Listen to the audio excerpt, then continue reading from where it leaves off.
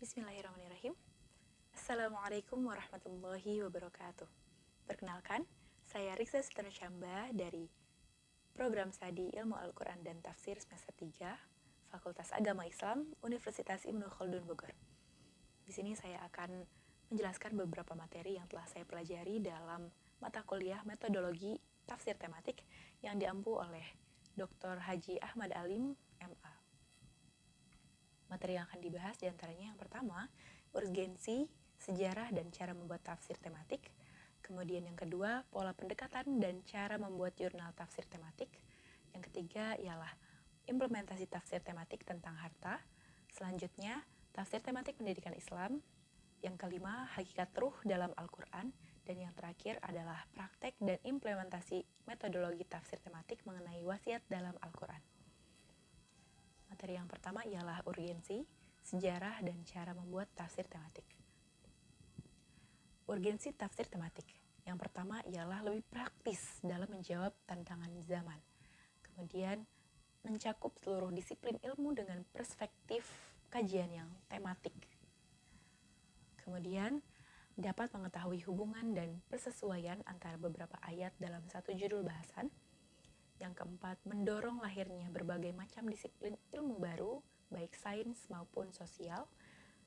Yang kelima, mempermudah para akademisi untuk mengetahui secara sempurna berbagai topik dalam Al-Quran dengan membahas pembahasan yang lebih fokus dan menyeluruh, lebih komprehensif. Kemudian yang keenam, mencakup relevansi antara ayat satu dan ayat yang lainnya karena mencari ayat yang memiliki satu tema yang sama. Kemudian yang terakhir ialah bisa mendapatkan kemudahan untuk mengetahui berbagai macam tema yang ada dalam Al-Quran. Selanjutnya, sejarah tafsir tematik. Pada tahap awal di zaman Nabi sudah terjadi, yakni berupa diskusi antara Nabi dengan para sahabat. Contohnya, ketika Nabi menjelaskan Quran surat Al-An'am ayat 82 kepada sahabat tentang kemurnian iman. Lalu Nabi menjelaskan kembali dalam Quran surat Al-An'am ayat 59 tentang zalim. Tahap kedua ialah pada zaman sahabat. Jadi setelah Nabi Muhammad SAW wafat, dilanjutkan oleh para sahabat. Ada madrasah Mekah yang dipelopori oleh Ibnu Abbas, kemudian di Madinah dipelopori oleh Ubay bin Ka'ab, dan di Irak dipelopori oleh Ibnu Mas'ud. Tahap yang ketiga ialah pada zaman tabi'in. Pada zaman tabi'in ini tidak jauh berbeda dengan zaman Nabi Muhammad dan juga zaman sahabat. Di tahap keempat, yakni zaman tabi'ut tabi'in. Yakni pada zaman ini mulai dibukukan riwayat-riwayat tafsir seperti tafsir At-Tabari yang sampai saat ini masih menjadi induk semua tafsir di dunia. Kemudian tahap yang terakhir, yakni setelah At-Tabari hingga saat ini gitu. Jadi tafsir At-Tabari ini mulai dikembangkan lagi oleh generasi setelahnya. Yani generasi setelahnya ini menginduk pada tafsir At-Tabari tersebut. Jadi dikembangkan seperti itu sehingga bidang keilmuannya sangat bervariatif, lebih mengkerucut dan juga lebih mengkomparasi. Tafsir maudhu'i adalah mengumpulkan ayat-ayat Al-Quran yang memiliki tema atau tujuan yang satu pembahasan. Nah, di sini kita akan pelajari tata cara membuat tafsir maudhu'i. Yang pertama ialah sebelum itu kita harus menentukan tema apa yang akan kita angkat, yang akan kita bahas. Kemudian mengumpulkan ayat yang satu tema dengan tujuan yang sama juga. Lalu mulai ditertibkan dan diurutkan sesuai dengan asbabun nuzulnya. Lalu mensyarah ayat-ayat dengan membuka kitab tafsir, kemudian dita'liq atau dikomentari, jadi dibuat sintesa. Jika ada penafsiran yang tidak kontradiktif, maka jangan dibuang maknanya, jangan dibuang semuanya, seperti itu. Dan yang keenam, melakukan istinbat untuk menjawab problematika zaman. Kita juga harus melakukan istinbat atau aktualisasi untuk menjawab semua problematika dan juga tantangan zaman.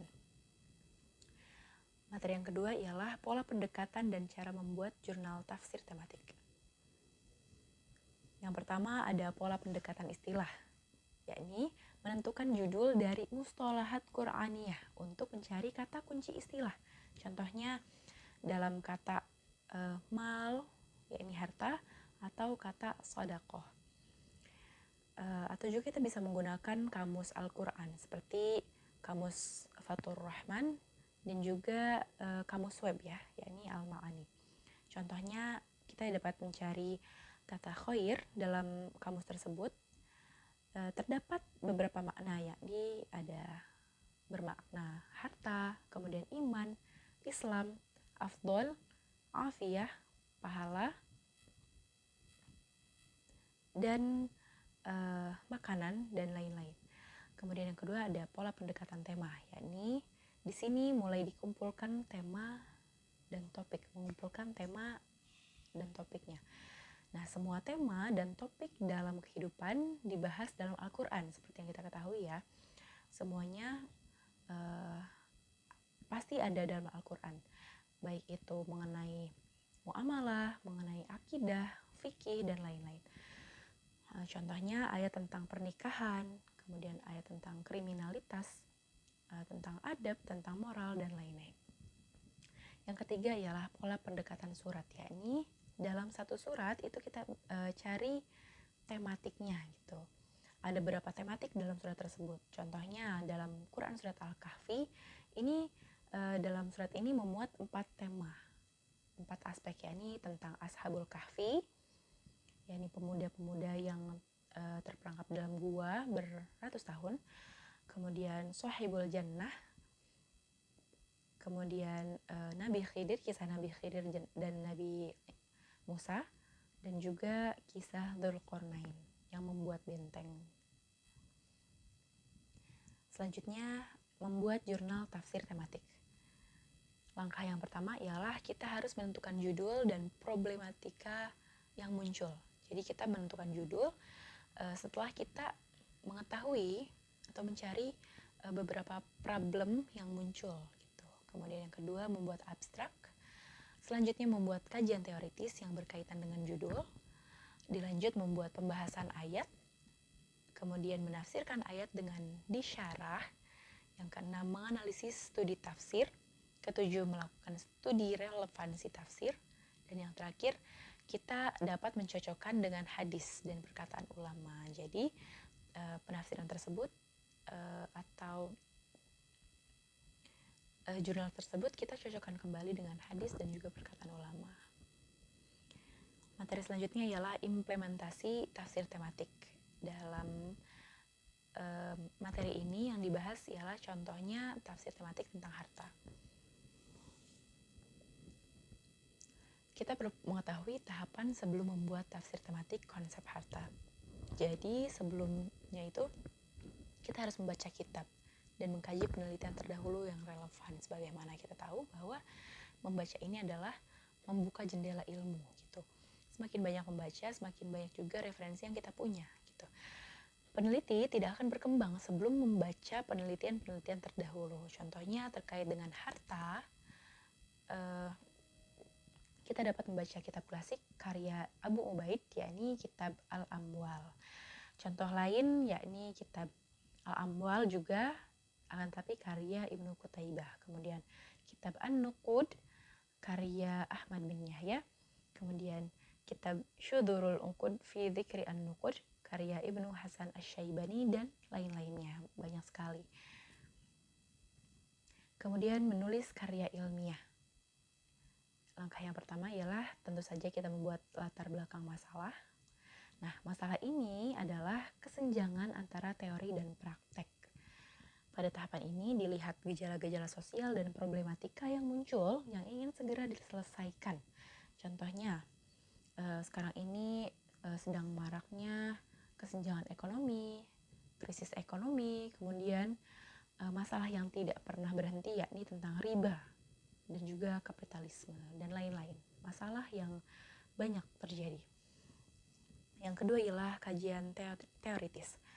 Penulis mengkaji secara komprehensif, secara menyeluruh, tidak hanya parsial, tidak hanya sebagian, komprehensif tentang tema yang diangkat, yang akan diangkat dalam hal ini, yakni tentang harta gitu ya. Kemudian harus ada judul yang definitif dan pendapat-pendapat berisi definisi dan ruang lingkupnya. Selanjutnya, setelah kajian teoritis ialah kajian tafsir. Pada tahapan ini dikumpulkan ayat yang mencantumkan tema yang dituju, yakni tema tentang harta. Seperti yang kita tahu, kata mal disebut 87 kali dalam 79 ayat dan dalam 38 surat. Nah, di sini kita cantumkan ayatnya tersebut, ayat tentang harta tersebut. Kemudian kita juga lihat tafsirnya, penafsirannya seperti apa, seperti itu. Kemudian tahap selanjutnya ialah tahap pengembangan. Contohnya, konsep harta yakni mengenai manajemen harta. Manajemen di sini ialah bagaimana pendapatan dan juga pengeluarannya. Jadi sesuai dengan amanah harta. Jadi manajemen harta ini sesuai dengan amanah harta. Seperti yang kita tahu bahwa dalam harta kita pasti terdapat hak orang lain gitu, hak orang-orang yang membutuhkan gitu. Kemudian dekati harta yang halal, yang berkah, yang thayyib, dan juga kita diperintahkan untuk menjauhi harta yang haram dan juga syubhat. Dan tahap yang terakhir ialah kesimpulan dan saran. Di sini kita membuat kesimpulan juga membuat saran untuk para pembaca. Jadi di sini kita tarik benang merahnya, kita tarik intinya, kemudian kita dapat menjawab rumusan masalah dalam bab pembahasan. Kita jawab di bab kesimpulan ini. Kemudian akademisi memberikan rekomendasi atau arahan dan juga panduan kepada pembaca. Materi yang keempat ialah tafsir tematik pendidikan Islam. Menulis karya ilmiah dengan pendekatan tafsir tematik untuk mengurai tema tertentu. Jadi setelah kita mengambil tema atau judul, maka dilanjut ke tahap berikutnya, yakni yang pertama, merumuskan masalah yang relevan dengan pendidikan.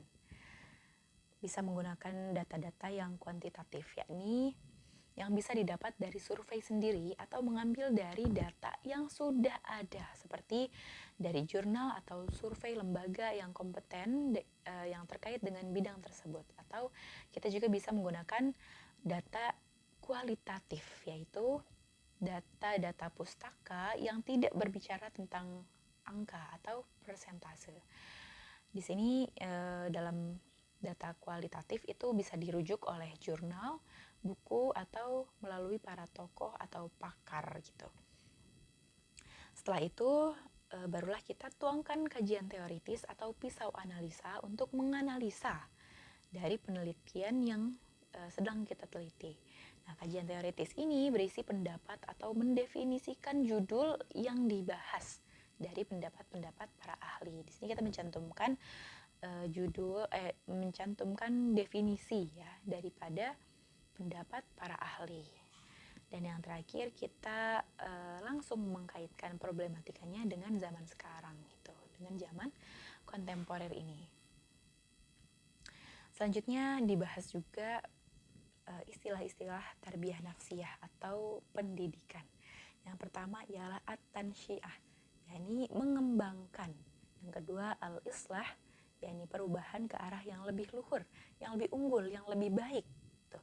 Yang ketiga ialah at-ta'dib, yang artinya adab sebagai saripati pendidikan. Selanjutnya at-ta'dzib, yakni proses pendidikan sampai menghasilkan intisarinya. Yang kelima ialah al-akhlaq, yakni akhlak budi pekerti. Kemudian yang keenam at-tatahir, yakni mensucikan yang nampak secara fisik dan juga mental maupun mental gitu. Kemudian yang ketujuh at-tazkiyah, yakni mensucikan diri dari sifat-sifat yang tercela.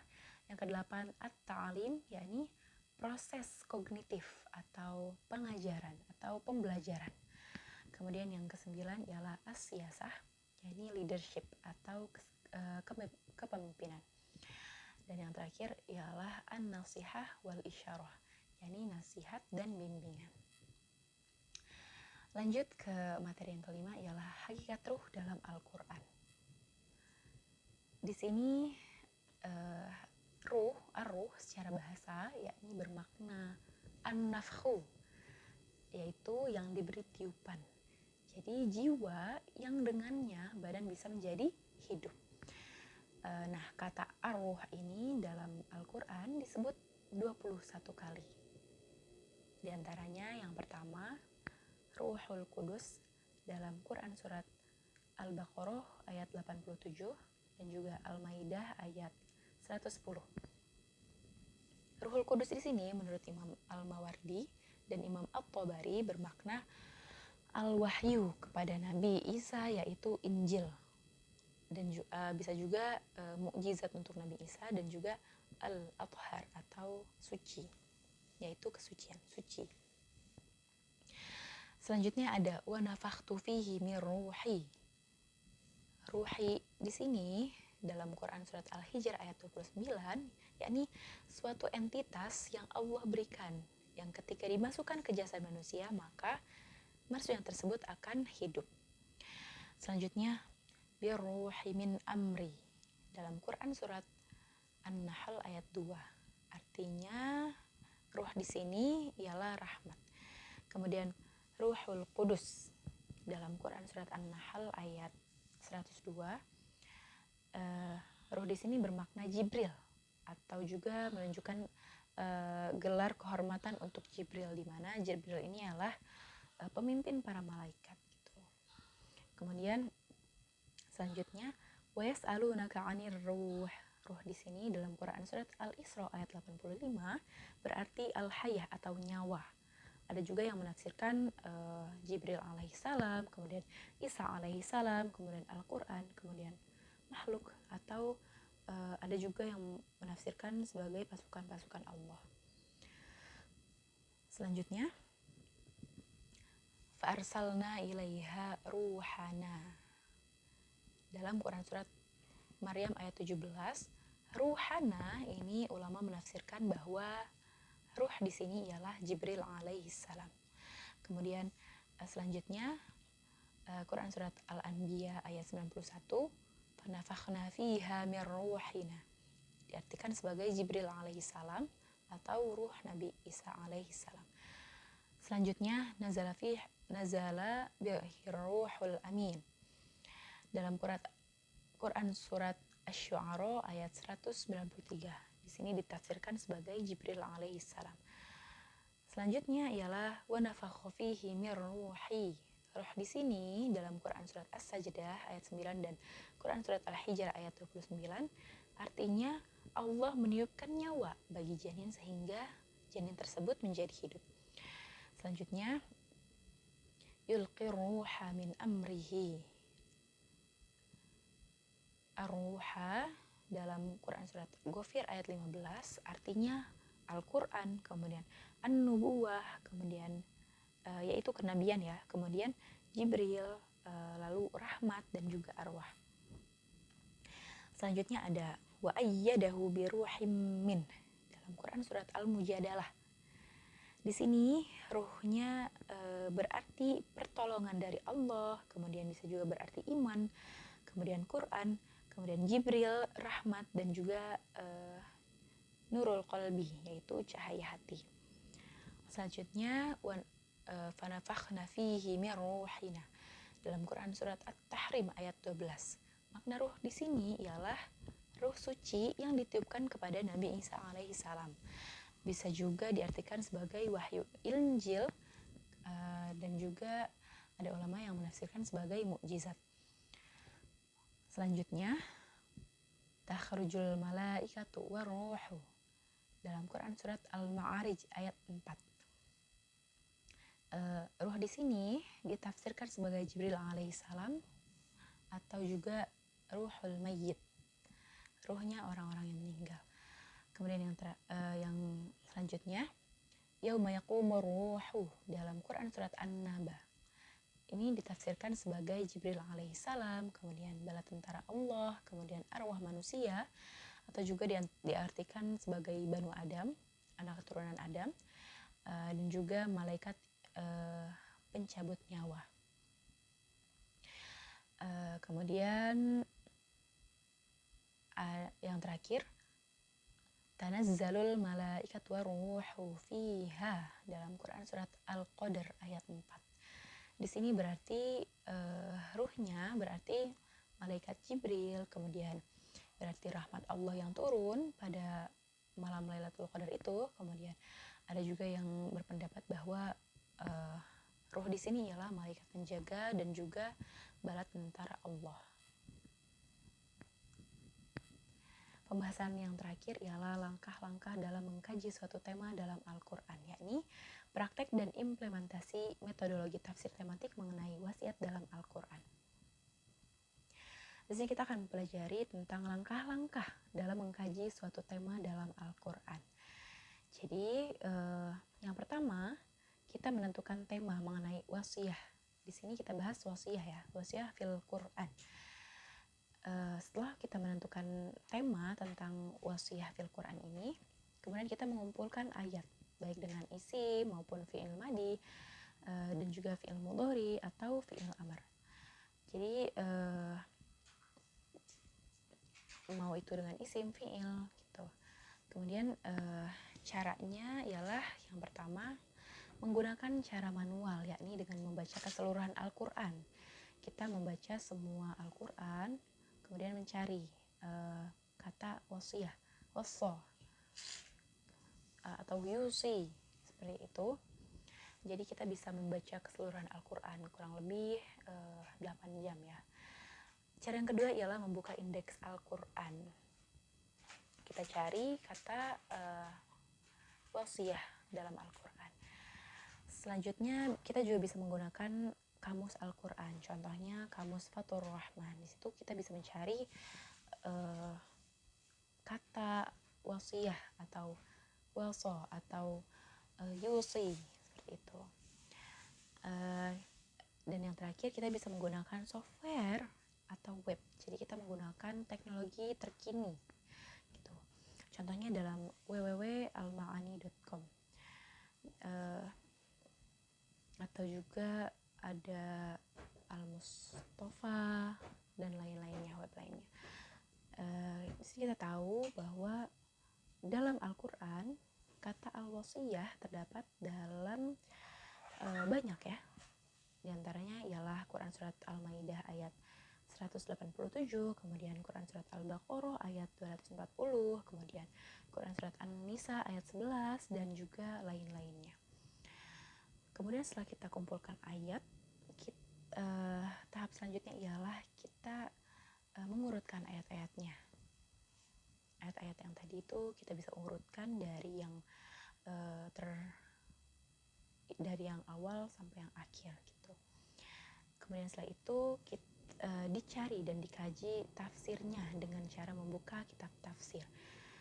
Di sini juga kita bisa menggunakan teknologi ya, sebagaimana telah kita ketahui bahwa ada suatu web, yakni Maktabah Syamilah, yang di sana terdapat banyak sekali kitab-kitab gitu.